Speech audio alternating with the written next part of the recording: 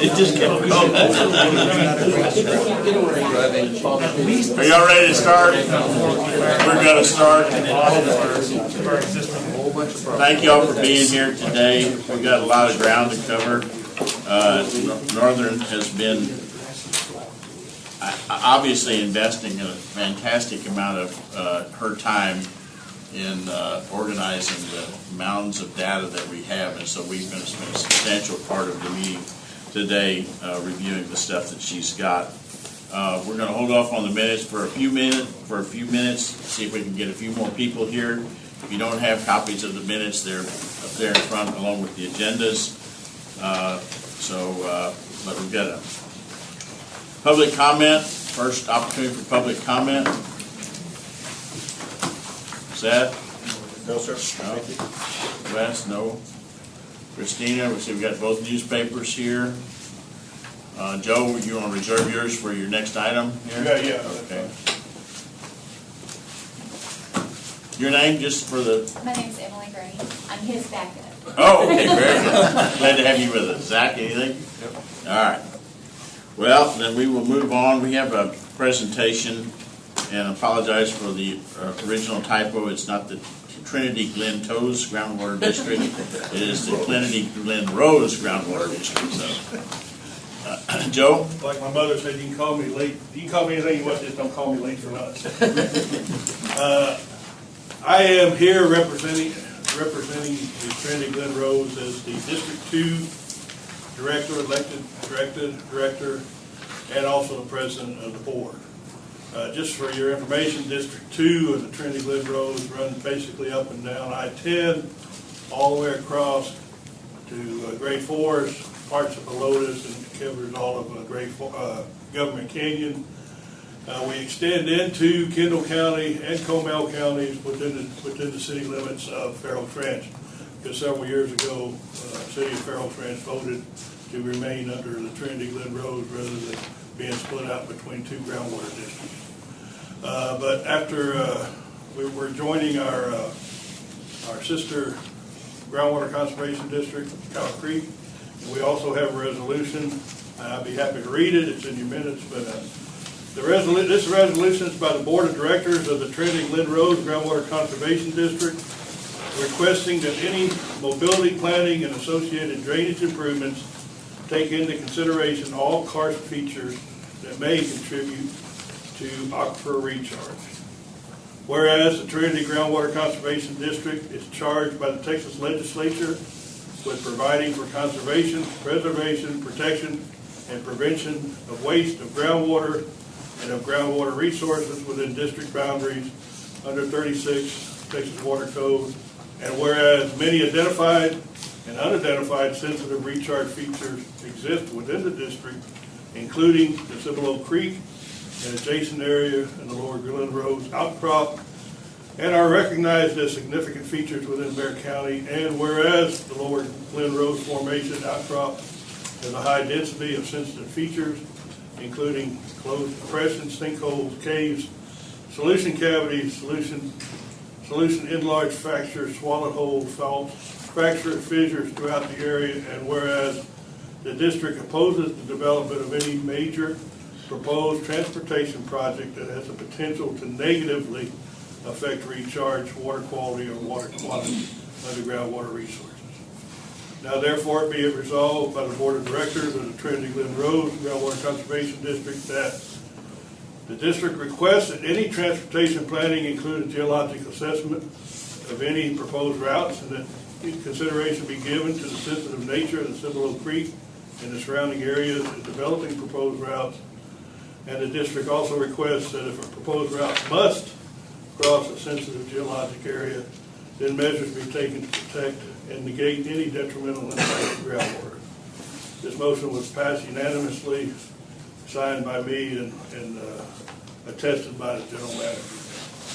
We're basically just asking all transportation planners. I actually plan to present this resolution to the city of Farrell Trench, city of Helotes, city of Great Forest, because we want them to understand the sensitivity of those recharge features and anything that's going on. Our statutory allowances by our statute enabling its legislation. Doesn't give us a whole lot of teeth.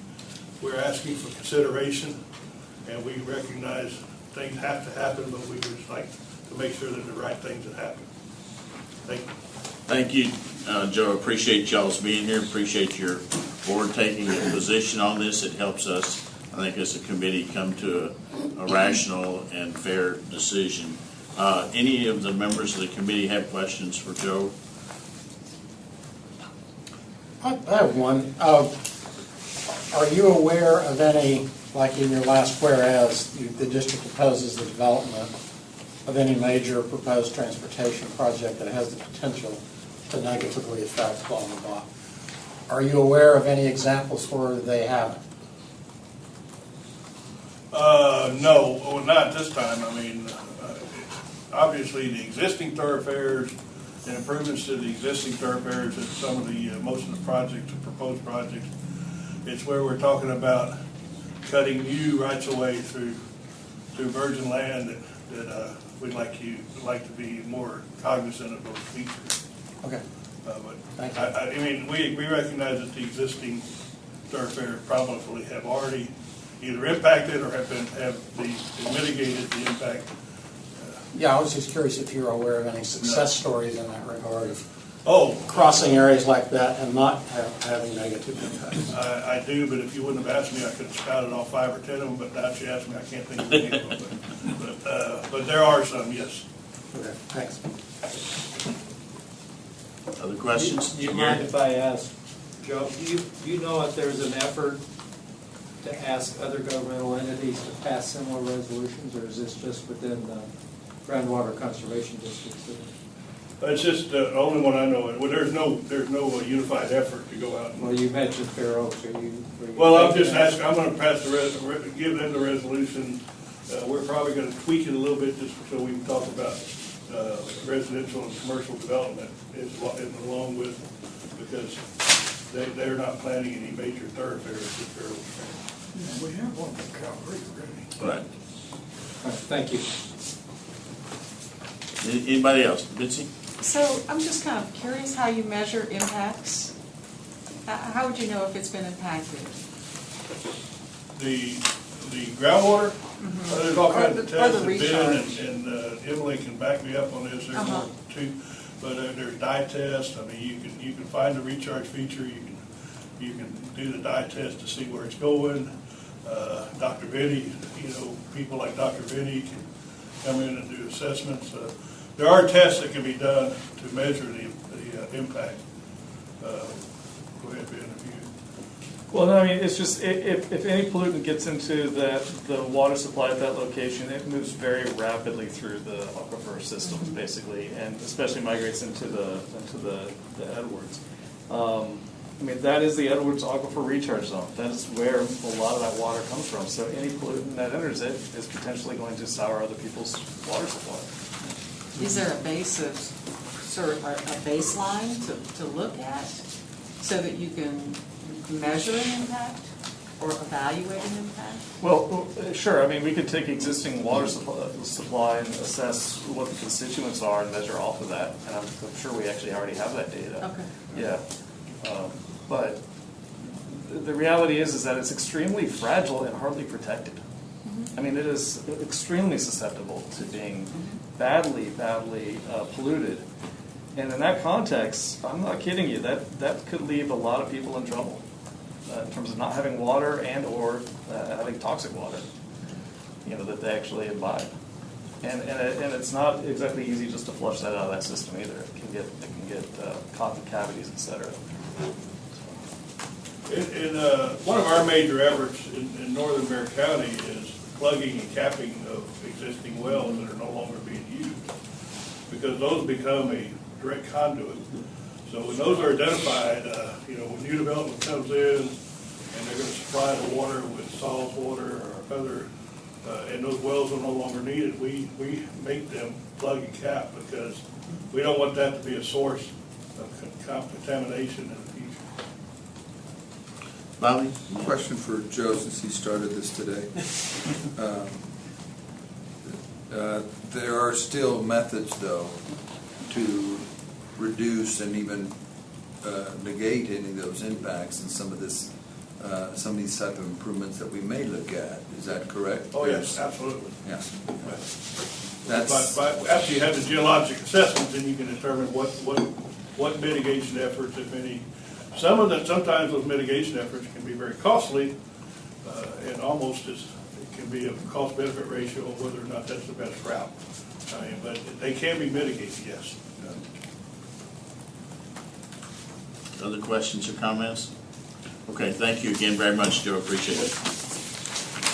Next on the agenda, in I think response or in concert with, I'm not sure which, you may recall that Jonah Evans asked if you have a presentation. It's a direct rebuttal How do you to get John on the presentation agenda? last week. No, it's not at all. How do I get it over there? It's a link. I sent it to the city staff earlier, but I don't see them here. Any idea? Who did you send it to? Ben, who did I send it to?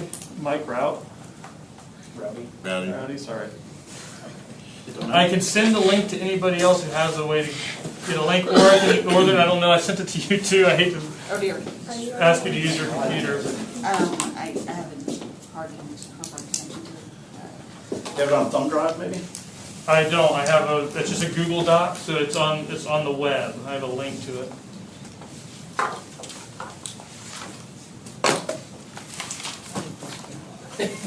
Gotta be cheap.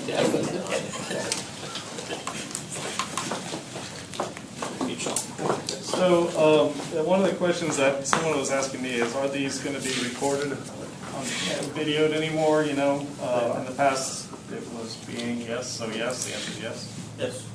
Okay. She pointed up at the ceiling. I see the Camera red right light. above you. Got it, no, I get it. Brother is watching. Yeah, Is there an email address or something I can send a link to, or how long it is?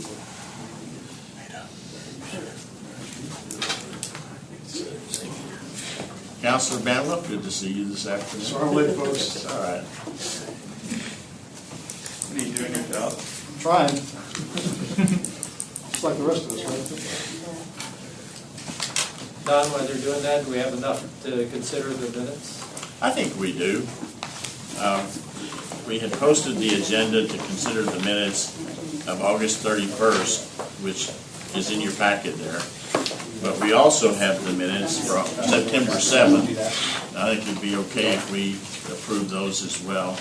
Thank you again to Erica for the fine job on the minutes.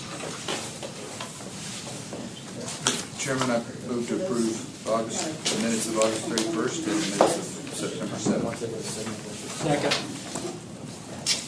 Is there any objection to approving the minutes of August 31st, 2021 and September 7th, 2021? Hearing none, they stand approved as presented. Gary, you seconded it. Hey, you found it. Yeah. Look at there. Emailed me, so I got it. That's it. Sorry, dude. Use your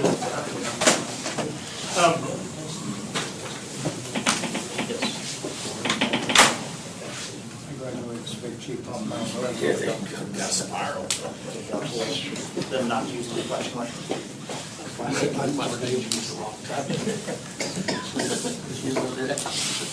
Whenever we're ready. Thank you, Bob and Don, for humoring me and letting me throw myself on the agenda. This was just a topic I've been thinking about. I was actually flying back from a trip, sitting on an airplane, and I wrote a big, long article that I've been thinking about sharing with somebody just about this topic. Most of it is just a philosophy and a principle about a way to think about some of the transportation planning we've been doing that has just been ruminating in the back of my mind. So what I started thinking about is where is congestion occurring? And I'm sure you would all agree, when you're driving on roads in Bernie, if you're at a spot away from an intersection, away from a bad left turn situation with a stopped vehicle, away from a right turn that's blocking, or some really weird traffic bottleneck sort of feature, our roads are travel just fine. Like if I'm driving down Herf Road and I'm not near the intersection at Esser, the road carries a lot of capacity. And that just got me thinking about, this basic idea that first, roads are really expensive. A basic 2-lane road can cost about $5 million per mile, and some of the city engineer and traffic engineers in here will probably have much better numbers for these than me. This is just numbers I was able to find off of different research projects on the web. I am not a traffic planner, I'll admit that right away. But the other thing I looked at is maintaining roads can cost tens of thousands of dollars a year, especially when you average it over a 25-year period. And so I started thinking about any road that we build is more infrastructure that we're basically committing ourselves to maintaining for a long time. It's sort of like we adopted a cat at our house a couple of years ago, and I have a 25-year commitment to this cat that turned out to be a lemon of a cat, and I'm stuck with it, but I got to pay for it the rest of my life. So it could be somewhat of a long-term financial cost to maintain this infrastructure. And again, roads have a lot of capacity. So there's a theoretical maximum that I found online that it's about 1,900 vehicles per lane. So, of flow per hour. So 1,900 vehicles per hour per lane is sort of this theoretical maximum. And I had a really hard time finding traffic capacity numbers for intersections, and that's because intersections are so complicated. If the two roads have different amounts of flow, if there's one has a three-way, the left turn, and there's just so many variations. But I was able to find some numbers, but in general, there is much, much less capacity at intersections than at roads.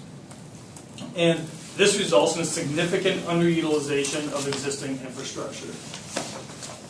And I found this one little quote in the Urban Intersection Design Guide that says the capacity of urban roadways is generally limited by the capacity at intersections rather than on the links between the intersections.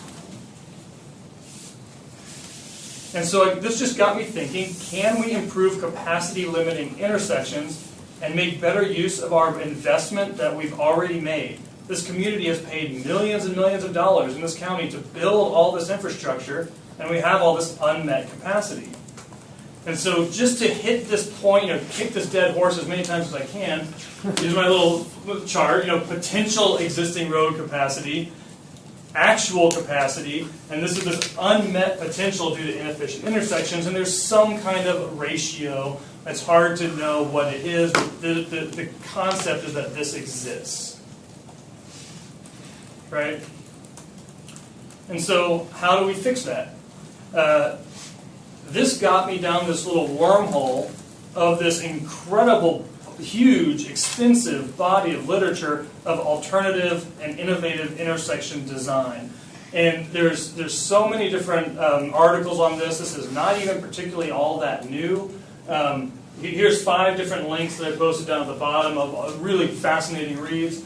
But these include things like roundabouts or continuous flow or displaced left turn intersections, double crossover diamonds, the continuous T intersections and restricted crossing and median U-turns, and a bunch of other really neat designs that seem to be a little bit more sophisticated than what Bernie seems to be the pro at, which is a 4-way stop with a stoplight. Right? That seems to be about the standard for our town, and maybe there's a lot of options for other things too. So I'm just going to briefly talk about a couple of these that I found. The continuous flow intersection or displaced left turn intersection. I know that animation is a little bit fast and confusing, but there's a number of these I've driven through in Texas. They're popping up all over the place. Essentially, if you are traveling on the highway and you want to turn left before the intersection, you pull into a little left turn waiting line, I guess, and wait till this traffic stops and you cross over and then go.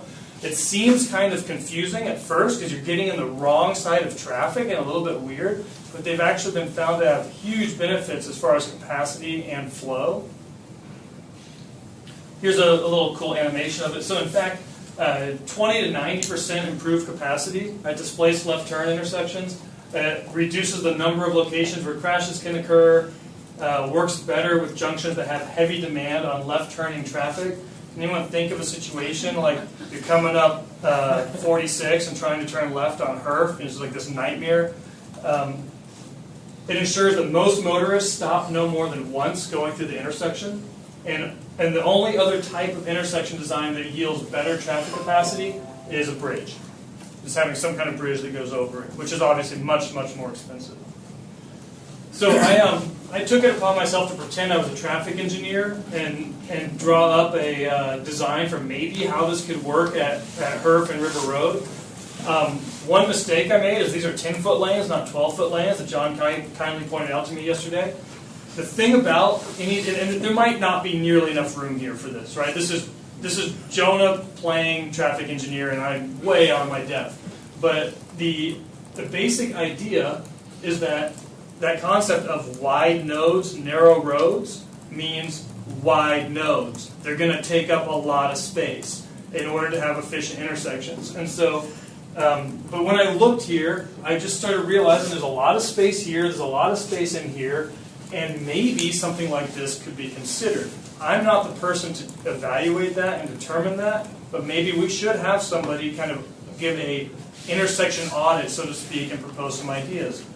A couple of pre-pandemic, I drew up this schematic of a way a roundabout might or might not work there. This is a double-lane roundabout. John Kite has a really nice one that he proposed for this spot as well that seems to fit in the space. But also that would allow a continuous flow and better, general traffic capacity at that site. The TxDOT study has a roundabout at that location too. Do they really? I know they have one at Main Street, at the bridge on Main Street, which I was surprised. The Gateway had both of those. Yeah. Okay, yeah. Speaking of roundabouts, we've talked about them a lot. I'm not going to spend much time on roundabouts, but studies by the IIHS in three states found that roundabouts contributed to an 89% reduction in delays and a 56% reduction in vehicle stops. They reduced injury crashes by 75%. At intersections where stop signs or signals were previously used. And they also found a 37% reduction in overall collisions, 70% reduction in injury collision. I mean, some of these numbers I already talked about. 40% reduction in pedestrian collisions. So, and not only that, but they're cheaper. You don't have to maintain a stoplight system, big complicated, light system. You go and check on the timings and all that stuff. Once they're built, the infrastructure is more expensive to build that much road. But once they're built, you don't have all that stuff to maintain. So just a fancy, cool little animation of a big, complicated roundabout. So I mean, you can make them to handle big, large amounts of traffic, but they take up space. There's a number of other interesting designs. I'm not going to just talk about all of them. The Diverging Diamond one is one that we've talked about too. That's similar to the idea of that displaced left lane, left turn design, where it actually has much better flow over big, complex traffic intersections. They're using them at highway interchanges or overpasses a lot now. It's a cool one in College Station, right when you're driving into College Station now. And the first time I hit it, I was like, I think this is one of those. Yeah, it's cool. So one of the ideas we've talked about before is, and I wanted to share this again, is this idea that in the town we have, and my line got off a little bit there, but in the town we have this idea of people trying to get to 46 and trying to get up I-10, both to the north and to the south. And this has gotten us thinking before, we've had a number of discussions about it, about a series of intersections that allow a more continuous flow of traffic to bypass Main Street, but in sort of maybe a within city loop or bypass, so to speak, where this is, and one of the things I'll just qualify and say, I'm not presenting this to say that we don't also need new roads, right? There's definitely, I mean, we're growing like crazy. We're going to almost certainly need new roads here and there, but I'm just presenting this as an idea that this is something that we can also be doing. And to me, if we thought about people going this way and looked at each of these intersections to decide, could one of these ideas work, this might allow there to be a way to help get some of the traffic off of Main Street and get people to I-10 faster, and using our existing infrastructure. The one thing I'll point out is that this intersection here is the big one to me, right? That's where if you had a concept like this, it all meets there at that intersection. And this was just one of my fancy little visual graphic I put together. But my idea is, imagine you have a road going through a town, and then you have another road that intersects with it, and you have all this capacity. We spent all this money on this road, and now this other road comes through, and then we all of a sudden have this bottleneck that happens. And because of that bottleneck, this whole road starts to back up sometimes. And then the people who live on this road start to get frustrated and say, you know what? We need another road. And so they add another road in there. And what that does is it creates a stoplight here, a stoplight here, a stoplight there, and could potentially create even more problems along the way, when in fact, in some cases, it might be that spending our time and energy really looking at options for our intersections might be really worthwhile. Okay, so here's my last slide. Some of the ideas that I'd like to share are, I think, first of all, again, building new roads is expensive. It's disruptive to people's properties if they own property and they're having a bunch of land acquired, and it can also be pretty environmentally impactful. But some new roads will likely be needed.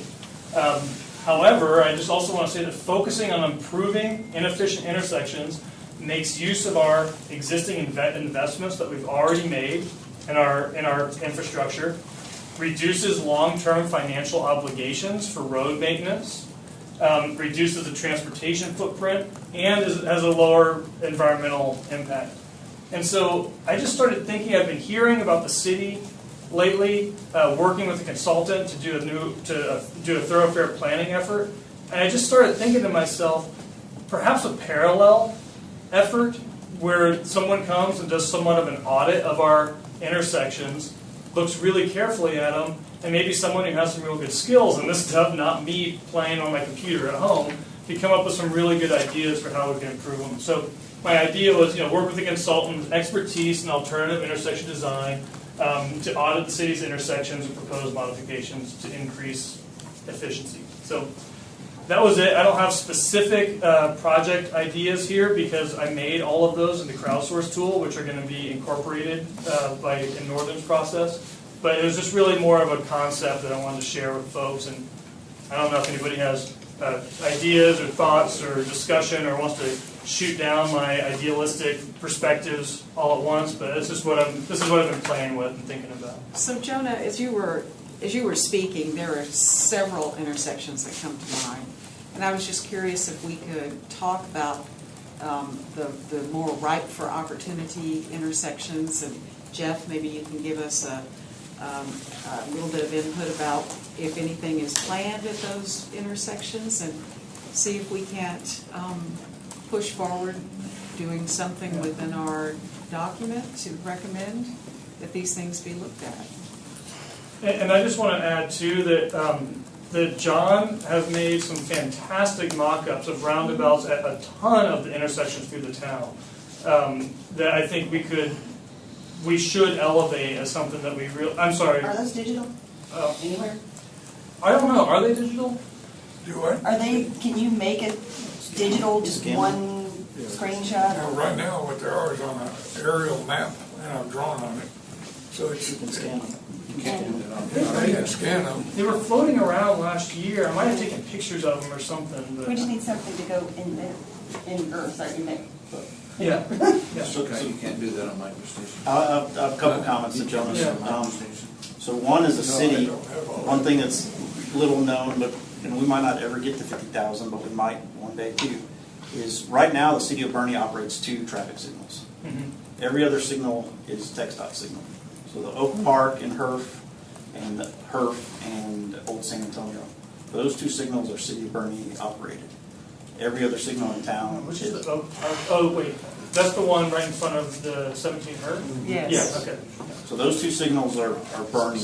Yeah. Everything else is text dots. Okay. In the text dot system, the moment we hit 50,000, all the signals get donated to the city, and the city gets to maintain them all. Yeah. And so that's something that people like me are afraid of, the cost implications that that'll happen one day. Because that adds a whole lot of money. And there's other cities that hit that magic point, and now they have to make a huge budget increase to take care of all their signals. So for us, if we can start putting roundabouts in instead of adding signals, that means if we ever hit that point someday in the future, I won't have signals I have to maintain. So number two is we had a consultant that was on board and was going to do a bunch of counts at a bunch of our intersections. And we had that all set and ready to go. But then we actually have 3 developments coming through. When developers come in, they have to do a traffic study, a traffic impact assessment. And between those 3 developments, basically we had almost every major intersection in town is going to be studied in the next month or 2. Oh, awesome. So we basically said, sorry, consultant, we're going to get it for free from someone else. Right. So we're waiting to get those. We've gotten a couple of them. We've got 2 of them so far, but we're missing the 3rd one. So that's something we're actually looking at. But yeah, the river, not counting odd things because of text dot on the interstate, River Road and Hurt is our busiest signal by far. By far. Yeah. And tell me something, there's been discussion about raising that area. Has that been put off the table, raising it 9 feet or something, or is there still discussion about that? Separately, we're working on we're working on a transportation plan here. Separately, the city has a consultant doing a drainage master plan to come up with drainage projects. And they've come up with 60-something drainage projects for $60-something million. And we basically, as the stormwater utility is in place, that went into place this year, we get about $550,000 a year. So it's going to take us a long, long time to build $60 million worth of projects with $550,000 a year. But one of the things, having the plan, just like here, having the transportation plan, having the drainage plan, allows us to start going and looking for other federal opportunities. One of those projects is River Road and raising it 9.5 feet. It's the most expensive project by far. And then we put it in all of our matrix of scoring of the drainage. It's not going to be near the top of the list by any means. But we're not finished with that study, but that's something, it's on the list, and it's something. And that more than likely would be a future, just like we have the Cascade MPO project where we're getting federal money. That could be next call for project, or the next call for project, or somewhere down the list. But that's something that would need a lot of other people's money to make that happen.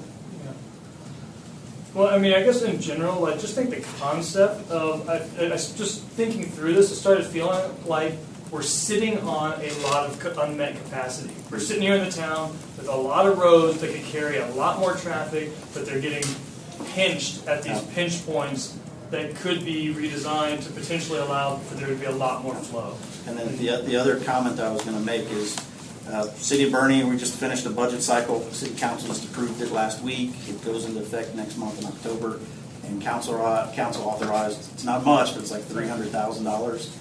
So if you might remember a couple of years ago, we added that right turn lane from Old San Antonio to Herf. Between design and construction, it was about $150,000.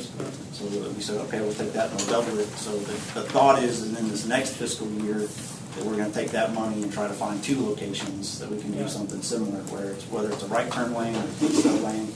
It might even be a left turn lane from Cascade to Scenic, which is a Band-Aid fix until 5-6 years from now when the big Cascade project might happen.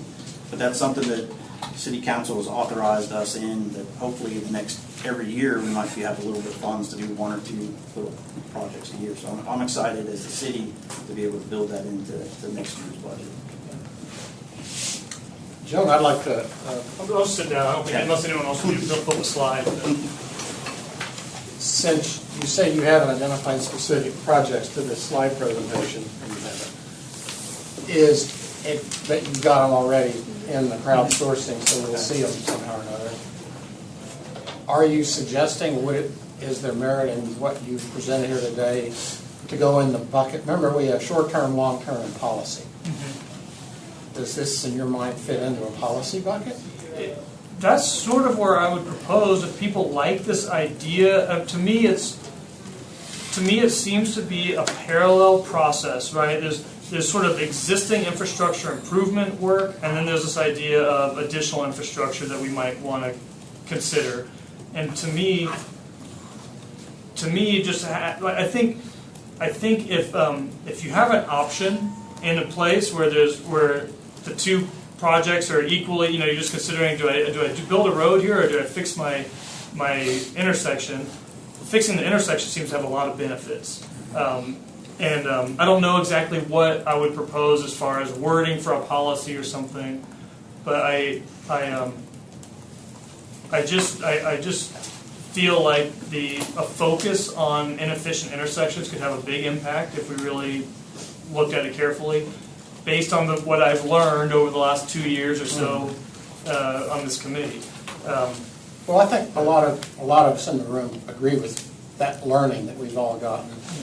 I'm looking for a way for it to move forward in a way that has a high enough profile to matter. A lot of things that we can talk about being a policy are easily ignored because it's a policy, it's fuzzy. What people are going to be looking for is what intersection are we going to build something, or what road are we going to build from where's point A and where's point B, what are they going to cost and when are they going to happen. Last thing I'll say, Jeff, quick comment. I have some relevant experience about having private developers do traffic studies, and please be suspicious. Well, we have a third-party reviewer that reviews all of our big traffic studies. Because if we're going to make community decisions based on developer data, it gives me some pause. But there's, to be fair though, their study of those intersections is more of a level of service analysis. It doesn't look at making maybe necessarily innovative intersection improvements. And I think that there is an opportunity, Jonah, actually what I wrote down was, I think that we need a recommendation that we not just have a parallel process, but that we supplement the major thoroughfare plan development process with an intersection audit / planning process so that they mesh and work together. Commissioner, I think I was saying the same thing. Does it have to be in one or the other? I think it could be in both. It could be the concept of always looking at intersection capacity before you look at roadway capacity should be in policy, period, without naming any type of area. You could, from that list, I agree, you could probably pick those short-term and long-term ones that would give the city or the county the tool to say, in this list of intersections, these short-term, we need funding now, and you probably already know what is needed, Jeff. Long-term, name the long-term ones, but then keep it in policy. It gives the city the tool to say, we can't do this until we look at that. Okay, Bobby, my response is the most important word in your first sentence was the word always. Always look at intersection. How do we pass along a policy recommendation that rises to that level instead of occasionally or when convenient? Put it in Or policy. when you think about it. What does that policy have to be like for it to be always look at it? Well, and so when we were talking earlier about the policy document, I was recommending that we emphasize efficient solutions, because, and to me, this is a key piece of it, an efficient, So if you hire somebody to take a look, you're saying we're looking for the most efficient way to achieve, traffic flows through this node, through this intersection. That's kind of how I saw it fitting. You weren't at that meeting, so. It also just strikes me that Shame on you. it strikes me that the cost. Hey, They looked lost. I was like, that's why you're lost. It just strikes me that if you look at an intersection improvement project and you have a dollar figure that is associated with that's not, that it almost needs to be recalibrated in terms of all of that other unmet capacity, all this stuff we've already paid for, all these other roads. And so it's almost like a bigger bang for our buck, I think, than you would necessarily think. If you looked at this and said it's $1 million project to do this, but really what we're doing is unleashing that kind of weight that's sitting on top of all these other roads that we've already paid for and built. I don't know that.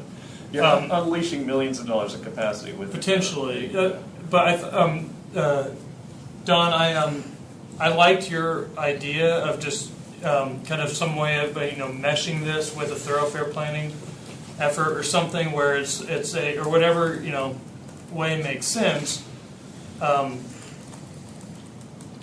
And I know we've talked about intersections and talked about roundabouts and talked about. I mean, none of this is new, but it's just I think having some language or some kind of something that codifies that we are going to intentionally focus on this area for potential improvements. And I mean, if you did, what's the word? Not capacity, but Efficiency? well, when you look at the flow rates at an intersection and compare it to a road, I mean, seems like it'd be a fairly easy analysis. Here's this road; it can carry this many cars. At this intersection, it's only letting this many through, so we have a 50% reduction in capacity at that spot. Like you could go around the town and identify, like, well, here's one that has a 70% reduction, or you could identify the ones where there's these really bad pinch points. Yeah, I think the easiest level of service. Level of service. Yeah. So one would think that would have been done when they built the roads to begin with.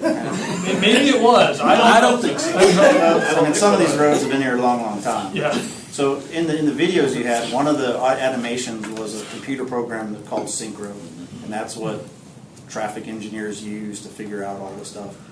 So when a new development comes to town, they basically have to now analyze the existing conditions of any intersection within 2 miles of their project that has an increase in trips of 50 in 1 hour. So that's our city code. So there's a project that could be going in on Christus Parkway, and within 2 miles is almost the core of downtown. So they have to look at existing conditions, and so they have to model it. And so we're almost to the point now where we have almost all of the city in that synchro model. Like I can pull the synchro model, the animation you showed, and show all the intersections in town are working.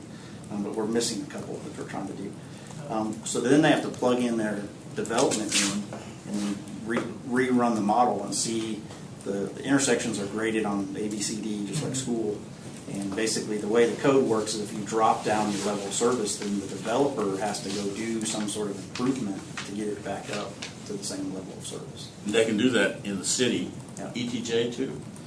Yes, in the Okay. ETJ. So we can require that in the city and the ETJ as part of our TIA to the code. And I think you guys are writing that into your code now or in process of. We are. Yeah. In the county? It's part of the, I think, I don't know that we can assess impact fees. it's not impact fees, it's rough Rough proportionality, yeah. So that's the city decided to do rough proportionality instead of impact fees. Yes, we are doing So that. what it is, and then continuing on the conversation then, is as part of that traffic study for development, I'm just making numbers up here, but it might say your project is going to create $500,000 worth of impact to the roadway system. So then the city can look at your new models and say, all right, well, I'm going to put this intersection, I'm going to put this right turn lane here, and this over here, and this over here. And we can ask the developer to do things like this in that radius up to that dollar amount. And so it's state, Texas Supreme Court law, there's all this case law on it. But we can't exceed, so we can't come to us and say, hey, we're going to do like $500,000 worth of roadway impact, and hey, the city, we want you to do $1 million. Then they can say, no, it's not proportional. So that's what our code is based on, and that's enforceable in the county and elsewhere. So from a policy standpoint, say you say, okay, these certain nodes have a certain level of efficiency that's highly desirable. Could that also then be required so that a new development goes in, they don't go to the standard four-way? They actually go with that new. Correct. I mean, it's something that if their development breaks the intersection, then it could be something that they look at, something they can do. And so one of the developments that's still in the preliminary stages is proposing a roundabout, basically because they're breaking the intersection. It won't work as shown. Right. So Well, I guess I also meant it in the context of platting. Yeah. So if they're actually putting in a major intersection, I mean, I know they usually aren't doing that. No. I personally am thinking more like Bernie Backy, which of course is not, it's more complex, but still. So in the UDC, one of the things we did is, I'll call it corner clips, but if you have two roads coming in together, you have kind of the clip. We've increased the clip requirements in the UDC, and we talked with Roundabout people to make it where we think we can drop in roundabouts. So any future roads that get proposed, we think will have enough room to drop in a roundabout. And then the other part of the UDC improvements is we've made it where if you're doing that development, but any intersection of thoroughfare plans, like a collector to an arterial or a collector to collector, basically you automatically have to do the right turn lanes, because that's something, there's several intersections in town where we don't have those right turn lanes, but now we're making that as required as part of the development. I thought, Joe, your presentation was terrific, and I think if you want to move over from Parks and Wildlife to TxDOT, John will make you a good recommendation. Quick question, though. I like the fact that this group from the beginning has said we're going to maximize efficiency of our existing infrastructure and pick that low-hanging fruit. That's what we've all called low-hanging fruit. But I don't know, even if we maximized all low-hanging fruit, if that's going to be sufficient to meet the growth needs of Kendall County next 25 to 30 years. I want to go, can we go back to one of his slides, Northern? It's the one that shows the yellow arrows going up to Adler from 46 and down Perf from 46. It's not on the screens. Yeah, no, I already closed all that out. Let me see. Sorry. I mean, I think, I'd like to see us make a specific recommendation about what we think ought to be studied specifically for that major intersection at, Herf, 46, Esser, and River Road. I mean, I think it's well within our purview to say we think roundabout might work, or we might think the alternate left turn lane might work, or double time, whatever it is. I think we ought to say, don't you think, John? We think this ought to be studied for that intersection. And the fact that it's going to be, Jeff, a high priority for drainage. I don't think so. Nope. The one of the map of the town that I had. It showed my gates. Yeah. Keep the city landmarks. I think it's going to, other direction. Keep going. Keep going. Keep going. Keep going. Sloppy yellow. More. Keep going. No. There you go. There. Yeah. So go ahead. Go forward one more time. And I'll have one more time. One more time. Is that it? One more time. There we go. Okay. There we go. Thank you, Northern. No problem. If you look at that, you talk about that major intersection right there at 46, Herf, Esser River Road, which obviously needs something. And we ought to say what we think that something might look like and pair it with the city's drainage projects to maximize, again, leverage whatever funds the city might have, TxDOT, whatever. But, there's two ways to relieve congestion at that intersection. One is to redo the intersection, make it flow better, obviously. The second is take cars away from it, right? And move them someplace else. And to me, for example, you're coming across from 46, find some path, what I would consider to be, because I've had some experience with this, the Wurzbach Parkway in San Antonio is a limited access thoroughfare, 4 lanes, minimal footprint, not a lot of ons and offs, so there's not a lot of development going along the Wurzbach Parkway, but it moves vehicles. Something similar to that across, from 46 to Adler, for example, might be something we look at. Because I think that maximizing that low-hanging fruit is going to be very helpful. And you might find that doing that and, one little segment like a Wurzbach Parkway might satisfy the county's transportation needs for 40 years. I don't know, but I think we're going to have to do something to not only maximize the flow of that particular intersection, but take cars off of it and find them routed some other way. Right. The second thing, if you don't do anything, but you just focus on that, imagine the pain for those people when that's under construction. Absolutely. What the heck are they going to do? There's no other pinch point to get where they want to go other than going through that construction. And that's going to be a nightmare.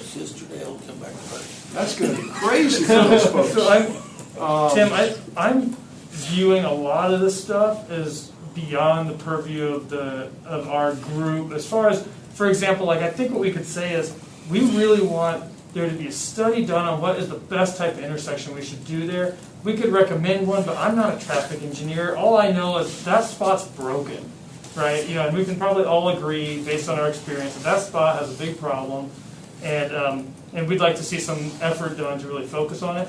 But I think there is that kind of like, there is that sort of question. I mean, I will also agree with you.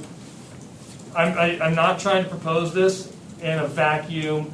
This is what I was thinking about as our local infrastructure, but there is definitely, you can't ignore the potential need for additional, connectors and stuff. But as far as I believe that where those two intersect is if an entity, a city or county or some joint combination engages on these sorts of projects that address efficiency, it enhances their credibility that allows them to pursue these other projects that truly expand the transportation capacity. And it's sometimes hard to make that big jump right away to a greenfield project if you haven't even addressed these things. And I think that's where I see I you think that makes guys the converging. conversation Yeah, I like easier, the because it recommendation. clearly defines the problem. Bifurcated approach. But I also think, I'm thinking about those people. I don't drive through 46 River Road much anymore because we moved, but I can't imagine what that would be like, going through that, no matter what configuration somebody ultimately says this is the best. Trying to drive that during that construction is going to be a nightmare. I'd like to think we could take a bifurcated approach, find some alternate route that might work, also relieving some of those cars, give them someplace else to go, so when it is under construction, which needs construction, you've got a different route. I think that makes sense. And Tim, that's exactly what, in our drainage group, that's exactly what came up with, we don't want to touch that Yeah. as a project until There's something else available. Well, last time I made comments on the presentation I made, and one of the things I was talking about was that you're never going to do anything in that intersection until you have some way to handle traffic. In other words, 46 traffic, and I was proposing it last time, going down Copper Creek and going around and tying into South Lynn, and goes on over to Cascade Caverns and 10. Or go up to the northeast, follow Esperanza's boundary. They have a thoroughfare plan there. Go up to there and going across, and then going over to Cicerdale Road. Once that's in place and you can handle the traffic, then you can do something there. But I wouldn't do anything there, and I've designed a roundabout there. But if you're going to go ahead and raise it up, it's no use building a roundabout until you get the detours that you can get in there and build this thing. You don't want to spend millions of dollars and tear it out and spend more millions of dollars. And I think the drainage cost to raise that up was like $15 million, somewhere in that area. But you can't do it unless you've got detours to handle the traffic. Yeah. So we need to look step by step. Now, one of the things, and all this stuff I've done is just on a 1:40 aerial photo. But I'd be glad to work with somebody on, I've looked at and what I think we ought to do is let's concentrate on one roundabout. Let's decide which one, build it so people understand what they are and how they work. But like, for instance, you could do one that, what I've done is look, is there right of way there now to do it?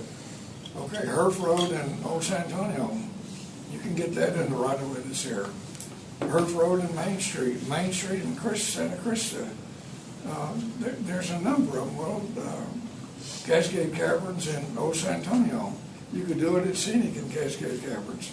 Now, some of them are a little different in design, but they can be done.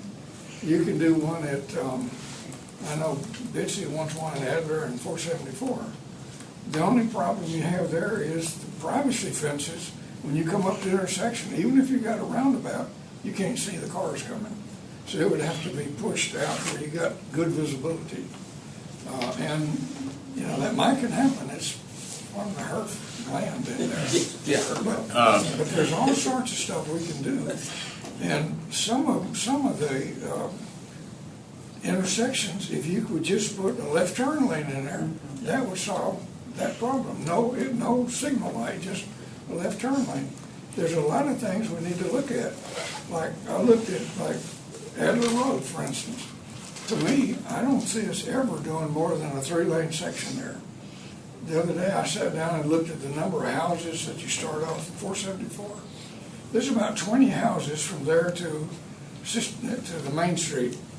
Well, at $300,000 a house, which is cheap, that's $6 million. That costs more than the building the street. And I didn't count the open land, which is one of us a park, and we can't take parkland. But I didn't count the open land that's there by Stouter Street and YMCA and then the Morrison's property. So we're probably talking about $7 or $8 million. So we need to start sitting down and saying, this is what we'd like to do, but what can we do to really increase efficiency? Money's going to come into this. You can't. I know the mayor said don't worry about it. I would really like to continue this conversation because it's very good. It shows this committee has come a long ways from the time we started, and I appreciate the fact that you drank the Kool-Aid and appreciated it. But I really don't. It's a very good presentation, and I think that there are many innovative intersections.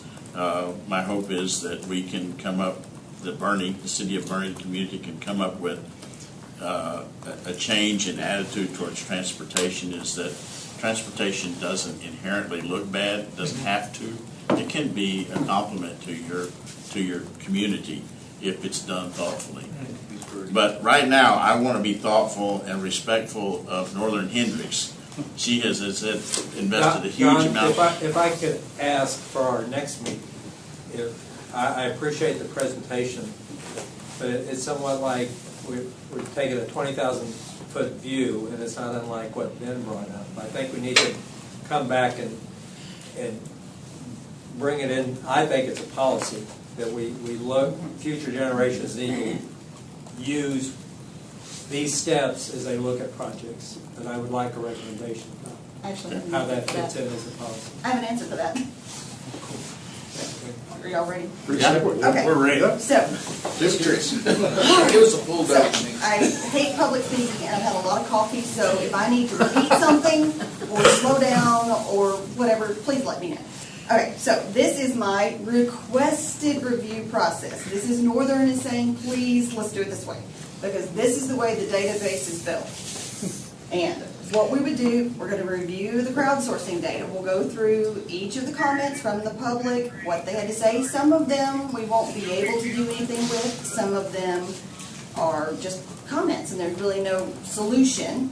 Some of them we may be able to move forward as a final recommendation. So what we're going to do is, as we're going through them, I will need from you which one of those categories each comment falls into. And I will mark them. Once we've gone through all of these, and I've grouped these by road area as much as I can, if something is a side street that will impact, say, Esser and 46, I included it with Esser, just conversation's sake. So again, this will not be an exact process. Some of them are kind of off on the side. Some of them don't really fall into a category, and we'll pick those up later. I'm going to look at the automative comments for auto comments for the road and the pedestrian comments side by side. Now, we're looking at this mostly on a project level basis. Yep. So the comments are associated with a project. And if we move a project forward, it doesn't mean that the committee's approving it as a recommendation. It's just that we're approving it for the pool of recommendations from which we will draw our ultimate recommendations. Going from there to here, from the first step to the third step. Because as we're going through these, this is also Northern's please, as we are going through these, if you see a road that we look at all the public comments and you have an idea that doesn't quite fit and isn't quite addressed from the public comments, we will also be going through the committee-sourced proposals. And these are the things like John Kite, like the ones that you guys just mentioned. Well, how do we go through those? I have an answer for that. At 3 o'clock, you were emailed a link to this form. This is, if you ever ordered anything online, this will work just similarly, I hope. if you have a proposal that you would like to be discussed in front of this committee, please, this is me, please, again, let's have this be the process. Just for my ease of use, just fill out this form. What this will do is when you fill out all of these little blanks here and attach a file, if you've got a map, if you've got a schematic, sample, something, this form will feed this table here. And these are all the committee-sourced proposals that I know there were some from the subcommittee that we missed. There were some from the Bernie ISD. There's some policy ones I remember we just discussed in here. I've just filled those in, but we've discussed a lot, and I'm not really in favor of personally going back through all the minutes and finding the ones we've discussed. So if you have discussed a policy, would like to have it included in this that we can go through once we're finished with the crowdsourcing, please put it in here. That way we have an organized list to go through. And that will also just keep us kind of focused when we go through the auto and pedestrian sourced information. So these are the crowdsourcing comments, input, what have you. We will have the cars and we'll have bike pedestrian. So what we have here, that's not what I want.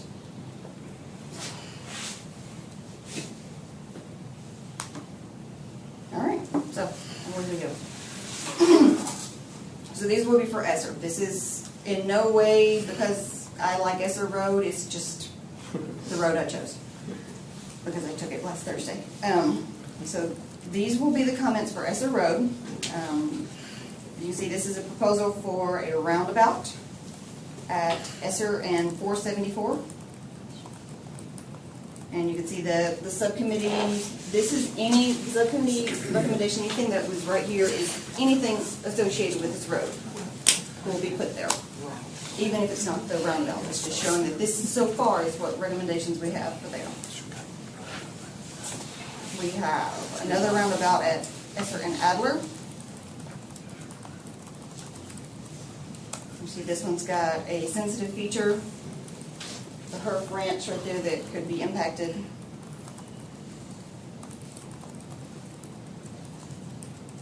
And this is one of those that's not exactly on Esser, but it would impact Esser and 46 at the same time. So this would connect Champion Heights to Esperanza. This is a road that was someone requested. And as you can see, there are some sensitive features. There's somewhat on the Bernie Thoroughfare Plan 2019, there's a road in that area. And then the subcommittee included this as a pedestrian path. And I'll come back through all of these when we get to the end. I'm just running through all the Esser. This was another one, the Esser 46 connectivity. This is between Champion Heights and Bentwood. Bentwood north of this, Bentwood subdivision. Yeah, Bentwood. This road is also a component of the thoroughfare plan, loosely in that location. Northern, excuse me, a couple of weeks ago you sent us two different automotive. They've all been combined. Have you merged them all Yep. into one document? And I've resorted them by road name. Northern, I have a question too. On the previous slide, you included this in the Esser 46 connectivity. Yeah. How broad did you go to? I mean, was that just because? I mean, because this seems like it's pretty far away. Yeah, this would just be, it would impact the travel on Esser. Okay. Like I said, this is not an exact process, so Sure. you scientists and engineers are going to have to just Live with it. take a shot at it. I mean, this is going to be. But it makes sense because Right. anything that goes through there that is auto-oriented is going to Today- end up on 474 going to Esser. Today, you have to go out and around, be on Esser, but if this connection was there, then you wouldn't have to go to Esser. Right. So that's just, a lot of this happened in Northern Spring and it made sense there, so, yeah. So this is Esser and Adler, this was a suggestion to create roundabouts at each intersection, so north bypass is possible without any stoplights or signs. You can see there's one sensitive feature. The only current plans would be the creek crossings on Adler that we know of, I believe, for this proposed roundabout bypass. And the subcommittee, the only one was the Esser improvements that I was able to find. Here's another suggestion for Esser Road: widen turn lanes, school entrances. They did not like the roundabout. And protected turn lanes at high school. Are y'all able to read those on the screens? Yeah, when we look back. Yeah. Yeah, when we look back. On this one? Yeah, Steve and I are having a great time back We're a there. little, Okay, good. challenged. Do you need popcorn? I'm sorry, I didn't provide popcorn. Turn it back to you, Dorothy. There's another one for Esser 338, turn lane into high school for southbound traffic. And I'm sorry, Northern, just for clarification, the reference numbers are just arbitrary numbers that were assigned as they were coming into the crowd. Yep. But it provides a link back to the original Right. there. Here's another restripe, 3 lanes. No road widening needed, mainly just restriping. This is the last one for Esser. This was for the intersection, and this is one of those where it kind of touches multiple roads. I just threw it in with the Herf and Esser.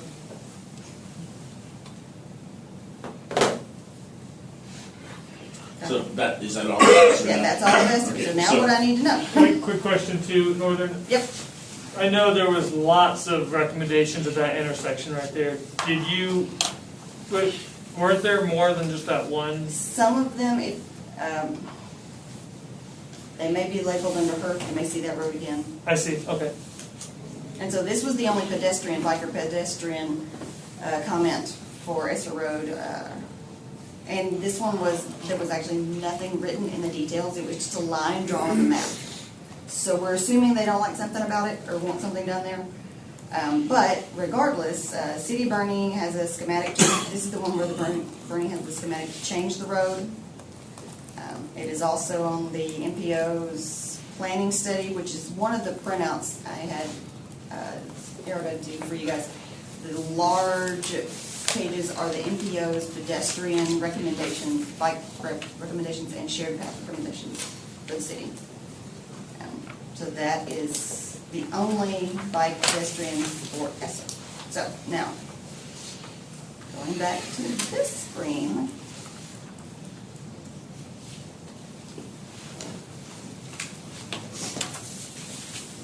Would you guys want to put any of these in the final?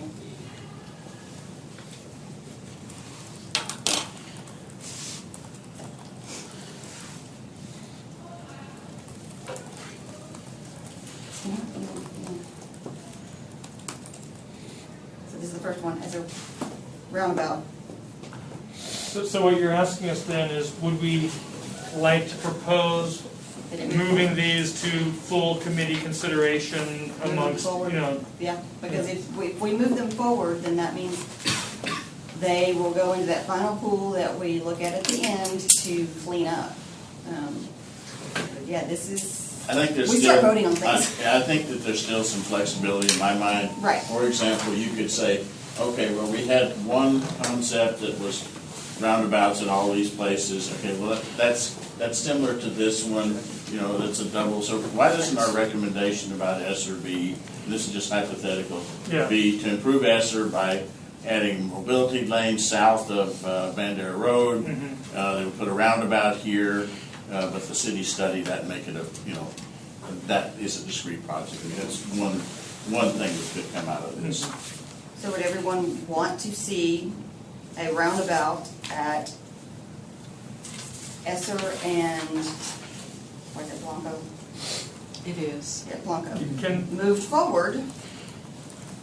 I make a proposal? I think that I think that I don't know personally if a roundabout is the best suited option at that site, but I would propose that either a roundabout or some other well-designed intersection that allows better traffic flow at that site. Yeah, I don't know if So the project subcommittee recommended that Esser be restriped with a center turn lane to allow bus traffic to park in its own lane and people to get around it, and to expand the sidewalk capacity which is available to us, I guess, on the side that has a sidewalk already. So, that was on our short list of things that we felt would improve mobility through that area, which arguably will have some other conversations about what happens to parking during game night. But reconfiguring, if that suggestion moves forward, then reconfiguring that intersection would probably need to be part of that. So I'm hearing we're gonna move this over. Yes. Well, I think, what I'm hearing is, we have a specific recommendation for Esser, which is restriping, right? The 3 lanes, That's that's a very short term. specific. We're certain about that. What we're less certain about is what to do with the intersection of 474 and Esser. Something needs to be done. So maybe we just have a list of intersections where we say, these are ones that we know we've got congestion, these are ones we know have issues, we can do a roundabout, we can do a double diamond, we can do anything we can think of, but somebody needs to tell us, who's an expert in this area, how to make that intersection the most efficient. Something along so those maybe lines. consider a roundabout or other intersection redesign, hit the To site. maximize efficiency. We're looking at intersection zoning. Okay, so we're working in a database, so that's kind of a lot of things that, we need very specific things. So in this instance, I would suggest that we say include recommendations. When we get to that third stage, we'll define it. What I would suggest, Northern, is you say include recommendation, and down there at the additional details, where it says add roundabout, That's the public, you can put that.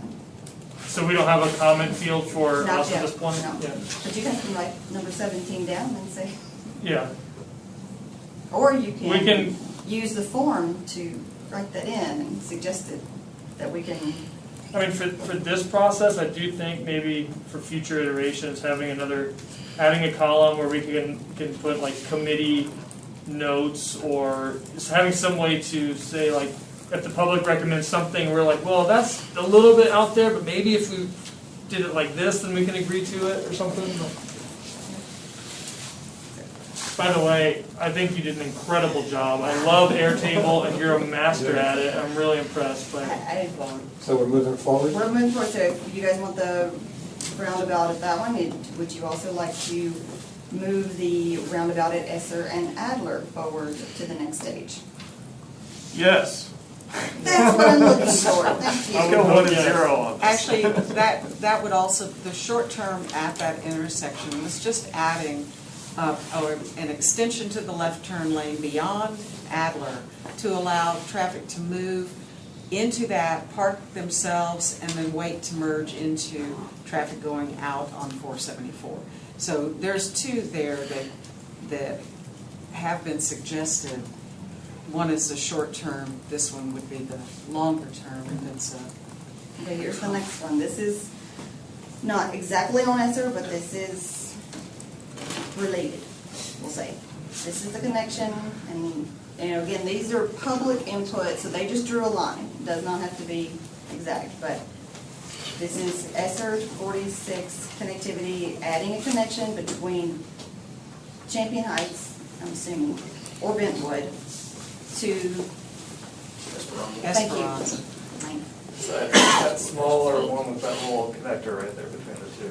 And I think, didn't you guys look at this in your group? We did. Yeah. When we put a pedestrian bike Pedestrian. path, Yes. it Now, lends this itself is- to a back door. This is element. car, so this is automotive. Would you be okay moving this forward? Northern, what I would say is I think that we should seriously explore a connection between Bentwood and Esperanza. I don't necessarily, that seems like a weirdly drawn line right Yeah. there. I don't know that but I would support an idea that could make some connection there. Pedestrian or cars? Vehicle. I support the idea. Yes. Or at least for further review. For the- Unless I hear a no, I'm going ahead. All right, so that is, and again, this is not the final. We can clean this up later. We're just running through the 100 and, So I'll just comment that Esperanza roads are private roads They're gated, behind yeah. gates. So the Esperanza people are never going to agree. More than likely, it's up to them. The Esperanza people aren't going to let a road connection. Unless, I mean, Jess brought up a good point, because I was thinking the exact same thing. Esperanza's gated. Yeah. Now, the Esperanza folks would love another way out. To get to Bentwood and bypass 46, they would love it. But would the taxpayers of Kendall County want to pay them a special back door? No. I don't think so. And that's what we're looking at, I think, in that respect, because they're private roads meeting up with public funds, and those two don't mix very well. How much of Esperanza is gated? You can drive in there. The collector road Collector is, but all the is a side public roads. road. All the side Side- roads. Everything else is gated and privately owned. So, Rich was just, I was asking him that I know northern, being a whipcracker over there, that the most of the high school students in Esperanza go to Bernie, is what he was saying. I would think, right? And so at a minimum, a bike or some kind of pedestrian route through there would help relieve a lot of big roundabout traffic. That Well, that's was what my we question. did, that's what we did with our subcommittee. The focus was on Champion Heights and Woods Bernie and Bentwood having at least a bike and walk path to Herf Elementary. You know, The elementary kids can go one way and high school kids can go the other way. something like that, yeah. I mean, a bike path would be, I mean, I think you can, politically, you can sell that. I'd be in favor of that. Looking Because right now, you have buses that go in and out, Right. and you've got parents that will drive their kids. So you have all this extra traffic on 46 that really is irrelevant if you had a Connection. And it's very close, it's a quarter of a mile. It So serves the roughly. purpose too of alleviating volume on 46. It does. It's an alternative to a new road, per Right. se. How big, Rich, is that neighborhood that would connect to this road down to Bentwood? Because other folks in Esperanza, wouldn't they have to get into that gated area to get to the high school? Well, I mean, ultimately, I guess the thoroughfare plan calls for the Esperanza Road to go all the way to Adler, but there's 435 homes between Woods and Bernie and Champion Heights, and 250 in Bentwood. So you have almost 700 homes that have elementary school kids that funnel up to Herf, and I will tell you, that's probably a third of Herf's population. But isn't that just temporary? Eventually, when Esperanza's full built out, won't those kids go somewhere else? Well, when Esperanza's built out, I suspect Esperanza plus Woods and Bernie plus Champion Heights will still be at Herb. moving on. So the next one is. So Northern, just to be clear, if that one was proposed the way that is, I personally would say no. But if we can modify it in some way, then I think we. Yeah, like the concept, I would say move forward. Okay. Yeah, all right. Esser 46 connectivity, this one is Bentwood to Champion Heights. There is a little road, access road almost there. There's a gate there. Yeah, there's the gate. There's a gate between two roads. Right, there's a gate between two roads, two existing roads. So would you like to move this one forward to the next? Are those two roads city roads? The southern side of the gate is an actual city road. The northern side of the gate is actually city property. It's a platted lot that the city owns. There used to be a lift station there. The lift station's been removed, and the city has built a driveway for fire lane access. But if we ever could get the gate removed, then we could rebuild that to be an actual road. So the impediment is political more than physical. It's political. It's totally political. Neither neighborhood wants it. It's socioeconomically controlled. Neither neighborhood wants it? So does anyone have No, any Champion questions? Heights doesn't want it So because who they don't does? want, They don't want people cutting through. They don't want people cutting through Champion Heights, And St. Bergen High School. Right. Neither one, And everyone wants don't the want other Champion people Heights coming and through. all those others cutting through. I vote to have it in. Yeah. Because I live It doesn't bother me, I'm okay. Opportunity for people to know just go in there with a cutting board. Just start all over, right? Just cut it all down and see what happens. Let's stay focused here. We're gonna get really inefficient if we You get you a we don't gavel. stay focused. Okay, so this one is more of a broad. So what did we do about that? I couldn't, I didn't hear any objections to moving this one, connecting Bentwood and Champion Heights. Yes. You're not hearing objections, all right. Come on, Ricky. All right. Zach, please don't include my name in that. All right, this is a kind of a combined suggestion, Esser and Adler, the Main Street bypass. Would you guys want to include this? Would you like to actually discuss this further at another date? What's this? Well, this is part of Jonah's deal. Yeah, that is it. It's pretty I much the like same those. thing. North Main Street bypass, create roundabouts at each intersection so north bypass is possible without any stoplights or signs.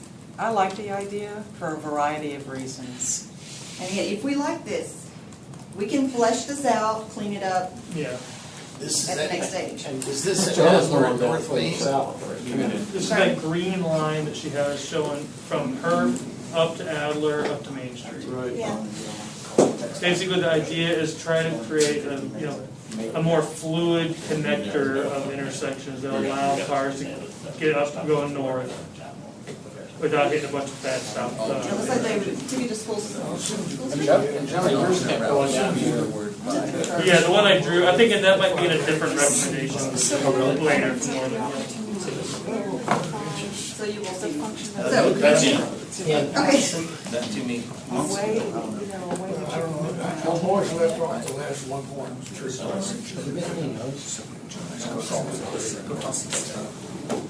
This is the one that I believe is pretty close to the subcommittee suggestion, wide, with turn lanes at both school entrances. Well, I think, adding a roundabout would be a disaster, adding additional protection, or protected turn lane at both high school entrances, then link the two entrances within the school to get school traffic off the street safely. Well, I defer to the school district on that, Rich. Does that make sense to you? Come again on that? Link the two entrances within the school to get school traffic off the street safely. This one actually has multiple ones. Widen Esser. Yes, sir. Then adding a protected turn lane at both high school entrances. Then link the two entrances within the school property to get school traffic off the street. So people can drive from one side to the other at the school. Used to be able to do that. You can still do that. Yeah. Are they They are saying, right now, aren't Do it they? every day. There's already a lane? Okay. are they talking about peak hour traffic when school's getting in and getting out? It is true, there's some big problems with traffic backing up when you're heading south, South. right there. There's a tiny little turn, it's a big mess. But a lot of what's in there is also things that I think I don't agree that a roundabout there would be a disaster. And I don't necessarily think we need to widen that road either, so. So, I okay. think the foot traffic at that intersection will cause some trouble with Roundabout, with the number of kids that use that as to walk across to Metro. It could, yeah. We'd have kids dying at that intersection with Roundabout, Hey. because they're trying to cross it. Well, roundabouts have 40% reduction in pedestrian Have you accidents. seen the number of kids across there? I'm just saying that, I'm just It looks like reciting the masses in statistic, Del Rio. is roundabouts have 40% fewer pedestrian accidents.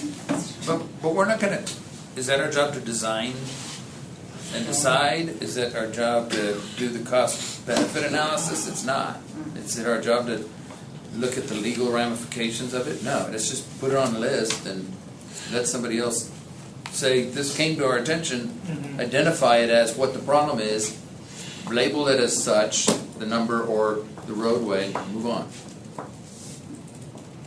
Northern, I kind of like that additional discussion or info needed Okay.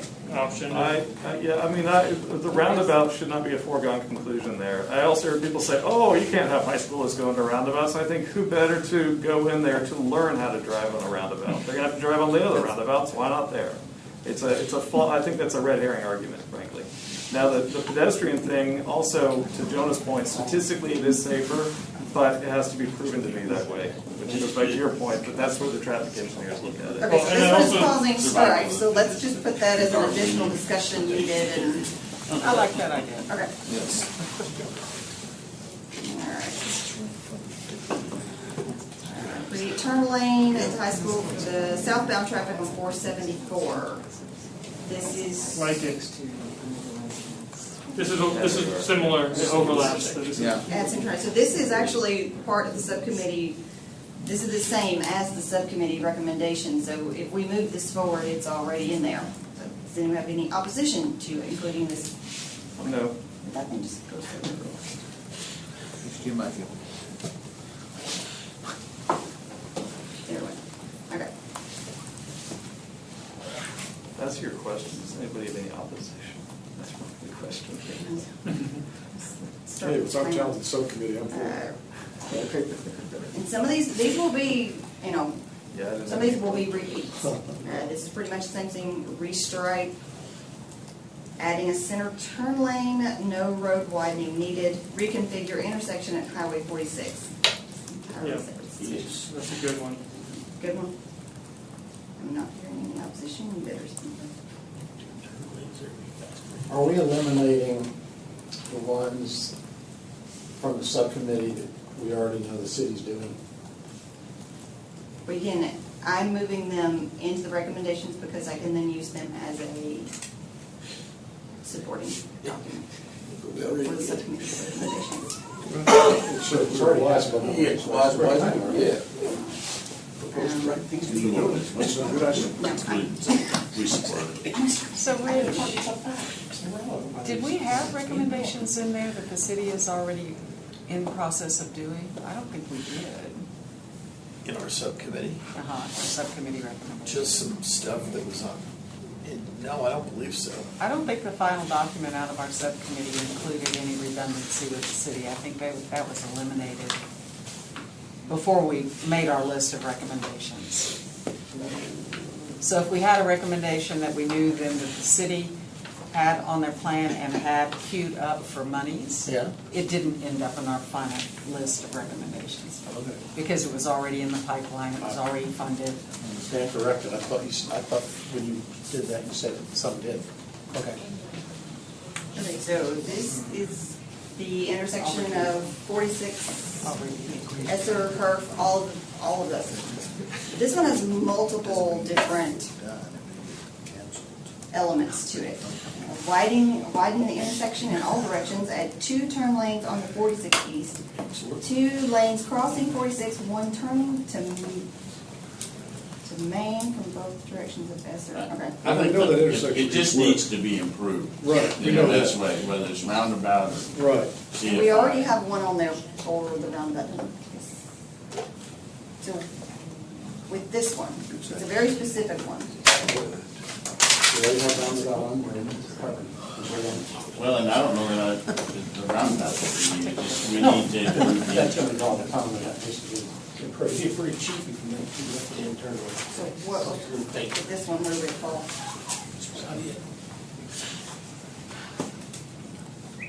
I'd say don't include it. We've already got We've got it covered once already, we'll discuss it. Hang on, press pause just real quick. It is interesting though when we have a lot of them that are the same project. That does seem to show a certain amount of community interest that might be worth not.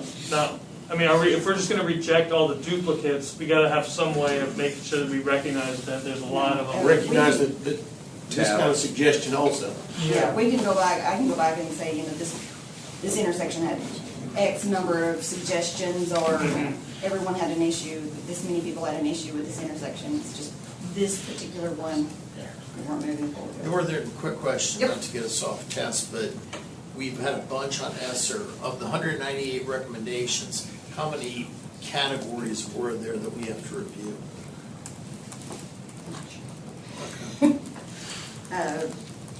The main roads pretty much all have some, and we can move through them as quickly as possible.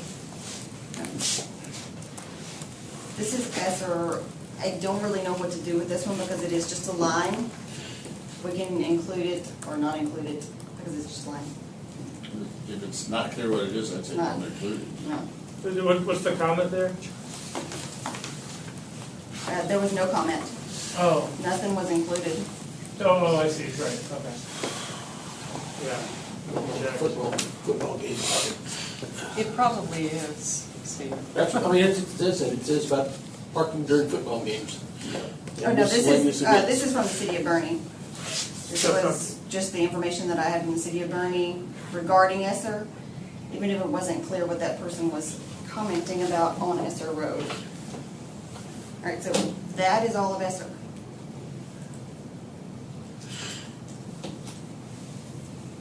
How many of those moved forward? Not sure. Okay. Almost all of them. That's One, what I I was think, thinking. right? And some of them will be duplicates that we can clean up later. So, this is Adler. There are 5 in this one.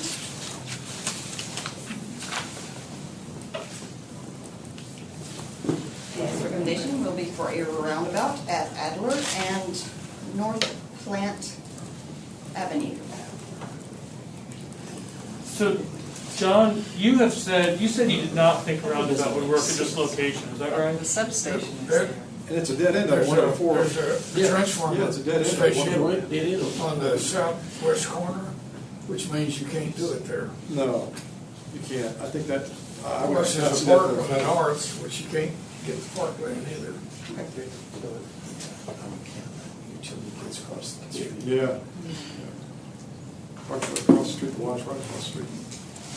This is please reduce speed on Adler between North Plant and Stone Creek to 30. Increased traffic is causing people to drive much faster. It's also increasing the road noise. They would also request speed bumps on English Oak Circle, Birdsong. Basically, reduce the speed on Adler. Now, they're talking about 30 miles an hour, it's already signed 30, it's been that way. So, Yeah. So this means, And the rest of that is, talk to the councilman. so this is the do not include because it's already been done. Also, yeah, during school hours, what, it goes down to 25, right? Or 20? 20. Is 20 right there? Okay, Adler Road needs a turning lane from 474 to Esser School, Sister Dale Cutoff. Basically, Adler Road needs a turning Yeah, that lane. would make sense. Little turn lane, move forward, yes, no, possible, Yes. Adler needs turning lane the whole way. all right. So hang on, from 474 to what? Oh yeah, so basically the whole road needs a turn lane. Yep, So Yeah. go from 2 lanes to 3, Yep. which is what John's been saying all Yeah. along. 474 onto Adler. So the sub- Basically, to make the road 3 lanes, the center turn lane for the whole stretch. of Yes. Adler. Yes, and then have a turn lane to go on Adler. I don't think it was talking about that. I was just saying it said on Adler, from 474 to Sister Dale. But I think Which is all- they wanted a turn lane going out of Sister, right, that little school road cutoff, didn't it? So they've already got a turn lane in front of the school. I know. That's what It is? Caddy wants That's to what that go. is, okay. All right, so these folks are asking for a crosswalk here, does not have a marked curb, and for no parking. It's almost a pedestrian request. Yeah, I mean, I think it's a legitimate request, should be combined with some others. Is it possible to move that into the pedestrian No. section? No. That will include in the recommendations. It may actually be duplicated in there. And it actually may already be done, because I know Jeff Carroll said that the ramp to the YMCA was just completed in December 2020. So they may have actually fixed this already. What is this from? There's a crosswalk, We didn't know we did it. crosswalk near the YMCA. It's not well marked, and there's people park and obstruct the view. But once they put center turn lane in Adler, they'll mark the crosswalks again, so we'll be good. This one, I believe, we've already done, so don't have to look at that again. Now, bike and pedestrian for Adler. complete sidewalk down Adler, lots of, these don't have a single page because they're less impactful, so I didn't include the sensitive. I think definitely the sidewalk on Adler's. Yeah. Complete sidewalk down Adler, everybody okay with that moving Yes. forward?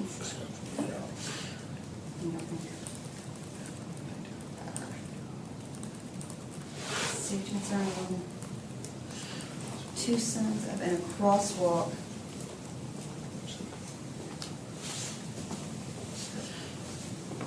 This one's already been done.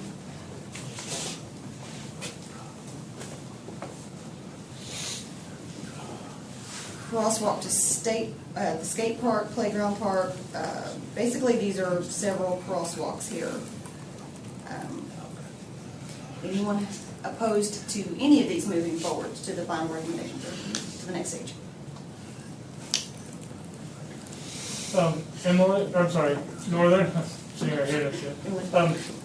Number 4 there, is that the same as number, I'm looking at the Saddlehorn one? Yeah, so number 8 up above, right there? Mm-hmm. And number 4, are those the same? It's very close. It's in the same vicinity. And again, you could have had people. No, I'm sorry. Wait. Yeah. Yeah. So this one right here is saying that kids are trying to cross at Saddlehorn, and this one right here is saying kids are trying to cross at Saddlehorn. Hey, someone could have put them in twice. Okay. All right, so just bring that up.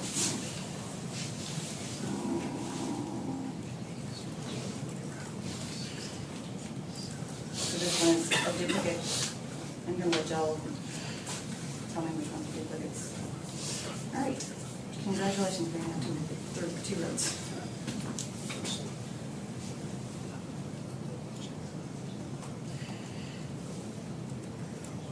No.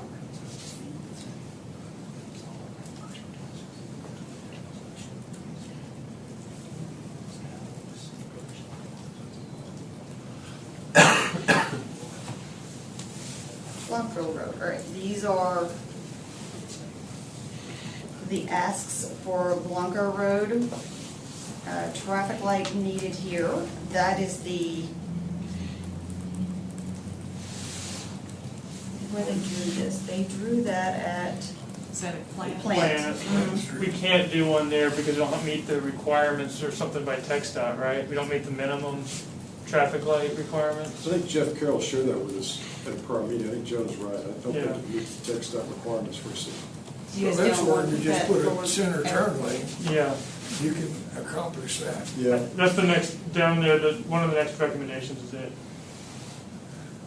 You know, when I was on that separate committee related to the Blanco restriping discussion, and we looked into the traffic light a lot, and there was no, it wasn't possible to do It's it not based on warranted. current traffic flows. Okay, so this one is a new.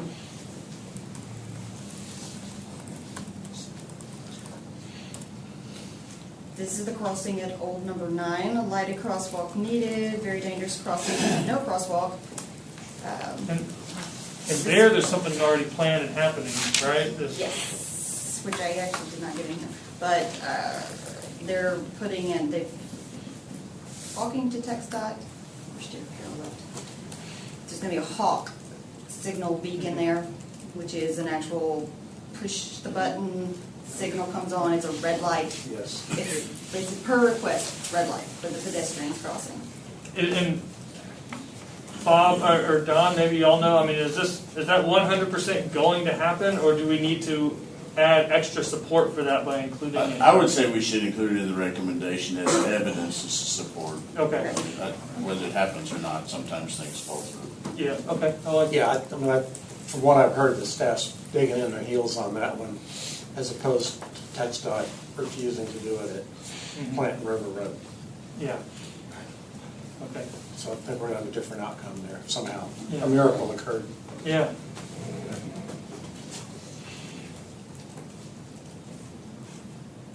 And here we have the Blanco Road diet, basically.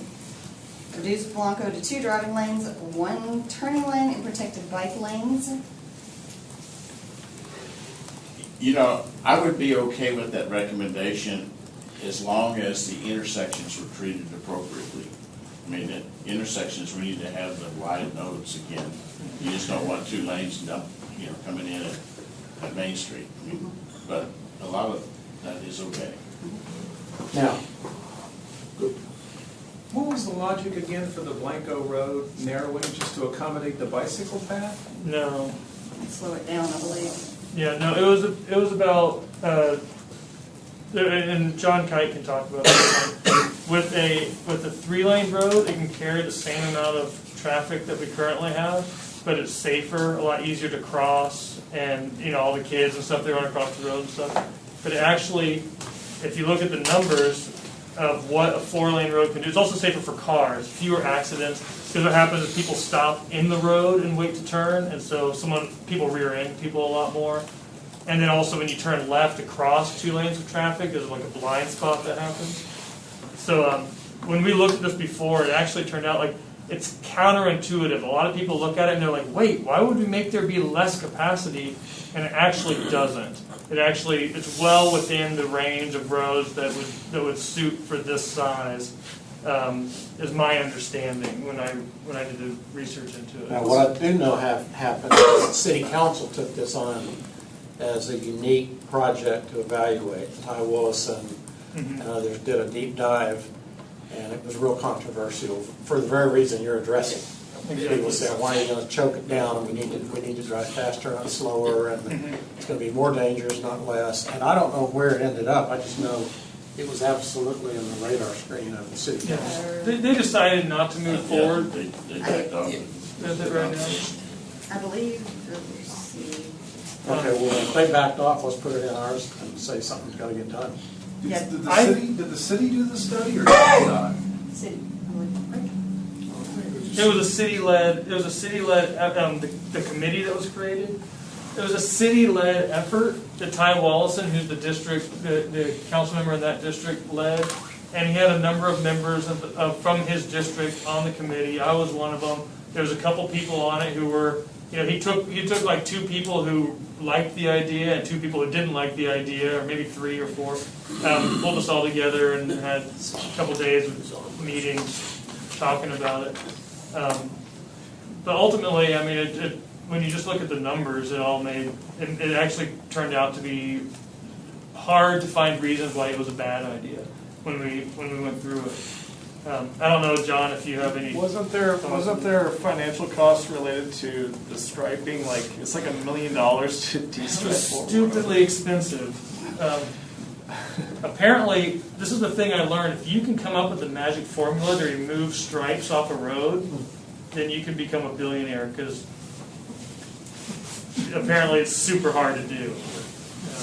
They have to grind them off. Yeah, to grind them off. Put a new layer on top. Yeah, All right, so pave over it. with the road diagram, do we want to move this forward as a recommendation? Yep. Well, to Don's point, you were talking about making sure that there was, we're talking a 3-lane road, right? That's what the proposal says, but I think it needs to be qualified to incorporate the concepts that gentlemen talked about earlier today. Intersections, and make sure the intersections Or work. Mary's. I mean, Yeah. with all Yeah, due same respect, thing. Mary's Tacos, that's not an Or the post intersection, office, but or all that stuff. We can clean that up later. How about we say we need additional discussion on this Okay. one? It's already controversial. Okay. How many more do you have on this? That's the last road, then we've got a bunch of pedestrian for Blanco Road, and that will be the end of Blanco Road. We're running out of time. Yeah, I'd like to go ahead and let's suspend it for right now. Thank you for your work. We'll just keep it up and bring some more projects back at the next meeting. We'll go through this. That's right. We have about 10 minutes here to consider our public comment or second opportunity. So go around the room again. Comments? Let me just introduce Yes, myself. sir. I'm Nolan Keene, interested spectator. I live in Fair Oaks Ranch. I'm a bicycle enthusiast, or a bicycle trail or infrastructure enthusiast. So I just found out about the committee here, transportation committee here recently. So I'm trying to learn everything I can as fast as I can. Glad to have you with us. Sure, I saw you. You hiding back there, or you trying to hide? Pearson, did you have any? Nothing? Okay. Go ahead. Yes, I just want to point out too that I am concerned as well I was hoping Jeff Turner would still be here to answer the question, but I'm concerned too that once again, they have developers that have their hands on the wheel of critical issues that might, sway even an independent person just because of the data they're getting. Like, for instance, these maps, I don't know if they were used in the meeting today, but if you'll notice, all the ETJ here, this is a Bernie map that shows future land use. Well, Bernie has no right to actually plan for future land use in the county until, even if it's in the ETJ, and Laura, the city actually, has told me that. So, and I realize there might be some areas here that are already designated that way, that are in the ETJ. However, most of this, there's 420 acres here that I think we all know in the southeast quadrant that's critical infrastructure. It's all in their identifiers here as residential, commercial. So it just makes a public person, as myself, a citizen of the county, concerned that they just are laying up all of this information and that there's really, there's not full disclosure that's happening. And it concerns me. And so that's my statement. Thank you.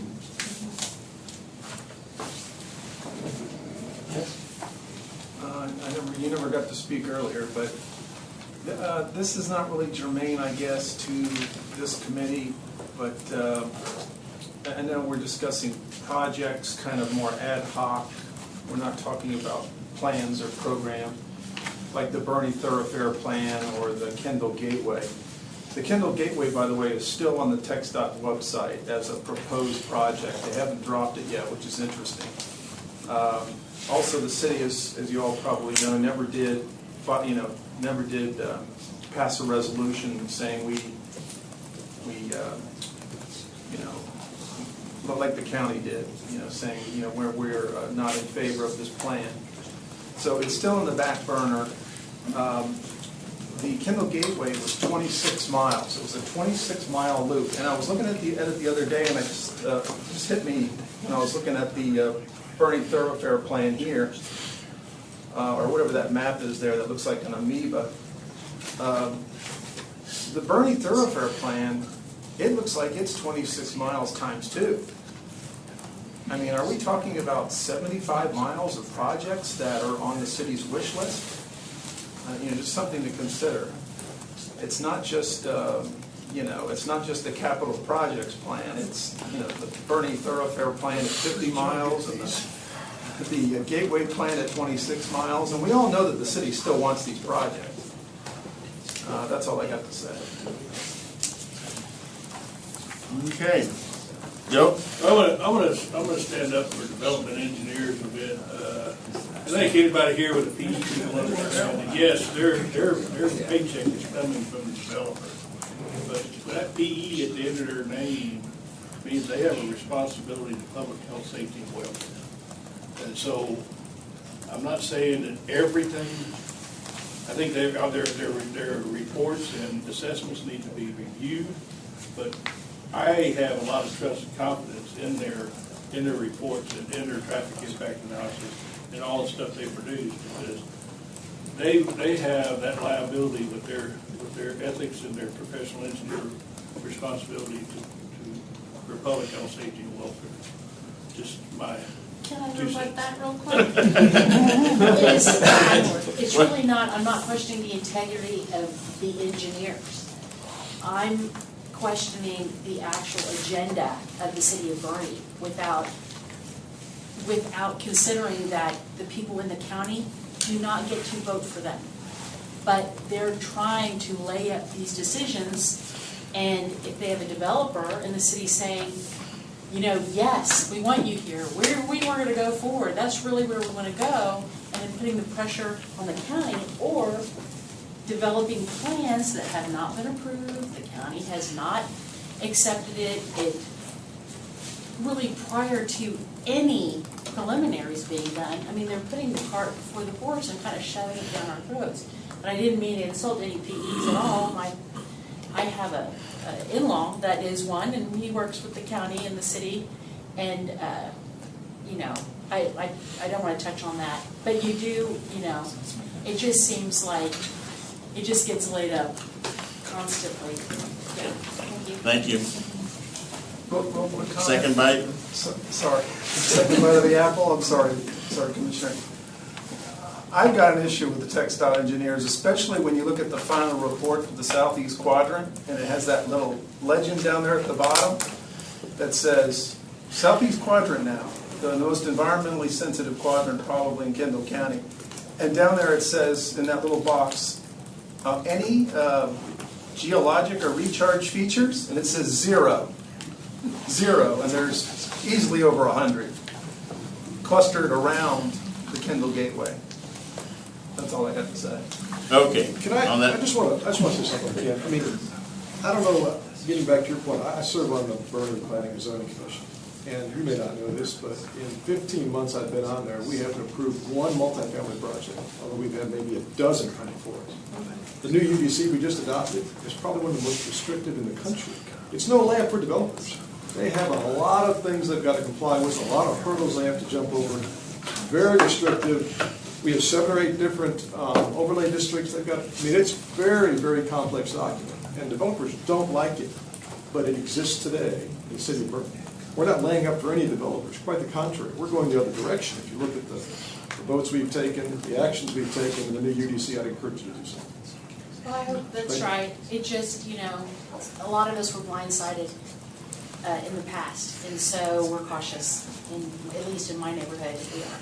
Okay. Yeah. Just take a look. The UDC's on the city website. Okay. Thank you. Thank you all again for being here today. We will meet again the first week in October already.